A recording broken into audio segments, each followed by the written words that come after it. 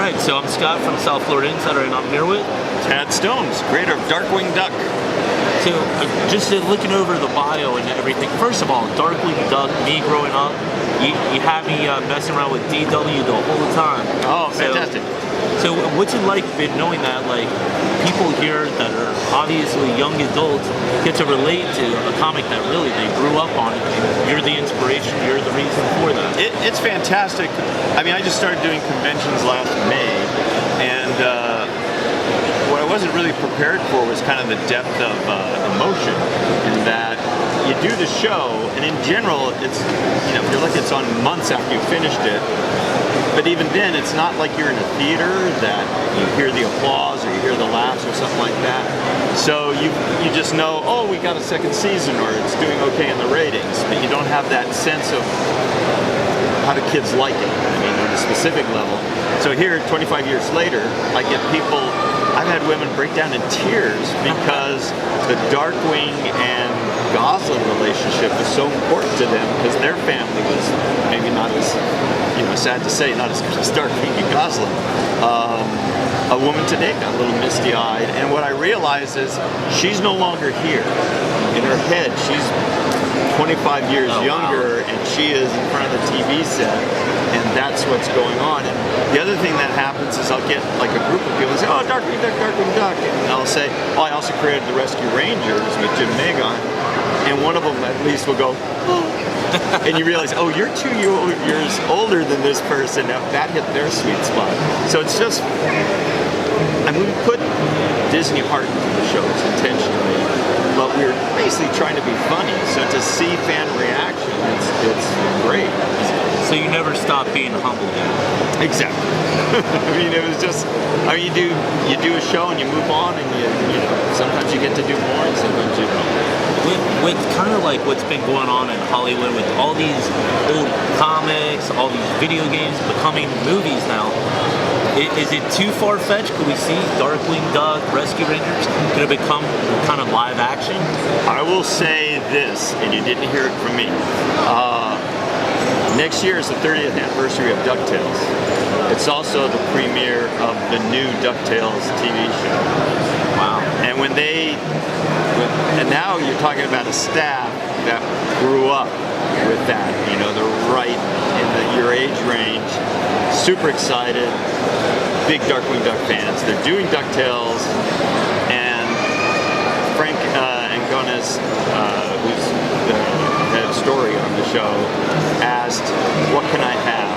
And Disney said, everything, except Chip and Dale, because of the movie. So evidently the Chip and Dale movie is still in active development. But they aren't basing their show just on the old show. They're going back to Carl Barks comics, Don Rosa comics, comic strips. In fact, the backgrounds of the show have a little Zipatone pattern in it that looks like an old comic strip that's built into the design. So it is a DuckTales for the 21st century. And people have asked me, well, if that's a success, will there be a reboot of Darkwing Duck? All I can say is make sure you DVR every episode of the new DuckTales. Wow. All I'll say, you will not be sorry. Well, Launchpad, he's already on. He was exactly. Just this weekend. They put him online. He's fantastic. And it's a new show. Voices are recast. Their relationships are slightly different, but everything is. They took us through it, and they were happy. And I just felt bigger on it. Because to me, it's like, and I understand fans who want it just like what they grew up, but that was literally the last century. And it's like the music can change, although the theme song's staying the same, but it's not going to be literally. I was going to say they better not change the theme song. I'm sure there'll still be the woo-woo. But it's like, no, it's for today's audience. When I look at an old episode of Darkwing, I would love to cut 5 minutes out of every episode. And I'm not even talking story, it's just timing, editing. It's changed in the years and make it much funnier. So they're doing their version of the show that takes in a lot more, and I'll let those guys promote it when the time is right, but we're super excited. Well, you mentioned about kind of the editing aspect of because of what the times are now. Do you find like the earlier times were maybe a little bit more wholesome than things have started to become? Not at Disney, not really. I mean, just in general in kids' mediums, there's probably more farts than we would ever have done, if any. But I think it's just, the shows are done by the people who are doing them, which is a weird thing to say, but it's not like there is a house mandate other than, hey, it's family shows. They're trying to make it entertaining. If an adult sits down with their kid, it should be entertaining for the adult too. That's true family entertainment. So if you have a producer who's a little more edgy or wants to go a little pushes, he'll go ahead and do it, but the next guy will be doing something entirely different. So I think But Disney, would they dilute that at all? Or? No, they do. I mean, I had a guy today say, I loved how Darkwing's humor was so dark. Was? I did not know. It's in his name, I guess. Yeah. No, I mean, again, we were just having fun doing a show that we thought was fun. And I never had to dumb down a show. It was like, you did it with an audience in mind, but you had to think it's funny. You couldn't work on it. And you just didn't want to exclude kids. And that's how we approach things.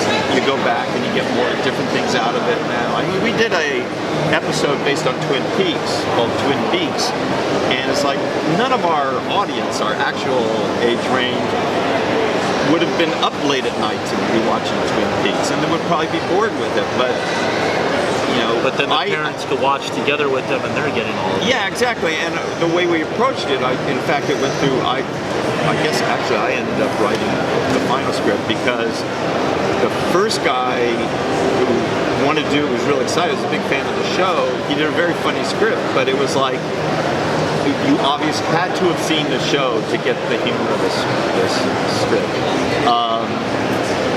And that's when we had a production to worry about, timing, and I realized this is going to take too long because people are going to try to guess what I find acceptable, so I just did it myself.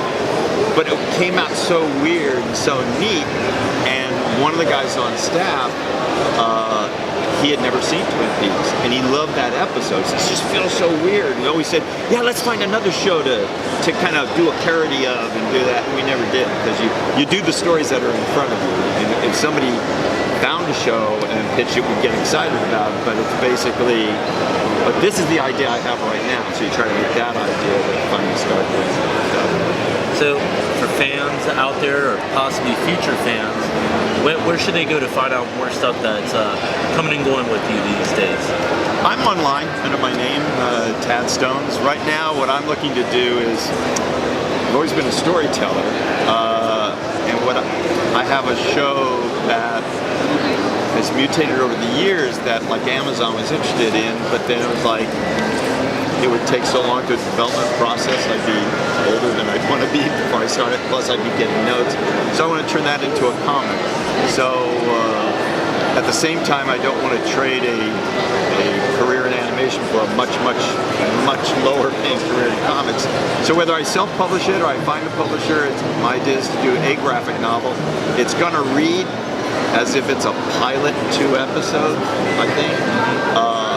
And if I don't lose money on it, or if I do use a publisher, or they think, oh no, we'd like more, then I might look to getting help on it, so I can just do the story part of it and kind of guide the art the same way I guided the show, and that would allow me to have a life and tell more stories. Awesome. Does it have a title, or is it still working? Right now, it is Rocket Wild and the Zydatars, and it's basically a kid, much like Goslin, a real handful. We kind of do the show just about him, and his parents are anthropologists and archaeologists who are looking for the galactic equivalent of Atlantis. They find it because the kid crashes the ship into it because he was trying to go home, because they pulled him out of school and his friends and all of that. And he discovers that this planet was once protected by these titans of animal, vegetable, and mineral, and without really meaning to, he activates the thing, but instead of titans, he gets toddlers. So he gets these three little guys who are way more trouble than he is, and yet they're bonded to him through this process, so they actually become the protectors of this planet, because by him meddling with it, he's activated all this technology. Now it's like the gold rush. All these people from all different planets are rushing to this place to get a piece of this, and the kid and these three little monsters are the only things standing in their way. So hopefully a lot of fun. Awesome. Well, hey, I really appreciate your time. And thanks for all the good early childhood memories. All right. Thanks a lot. Thank you.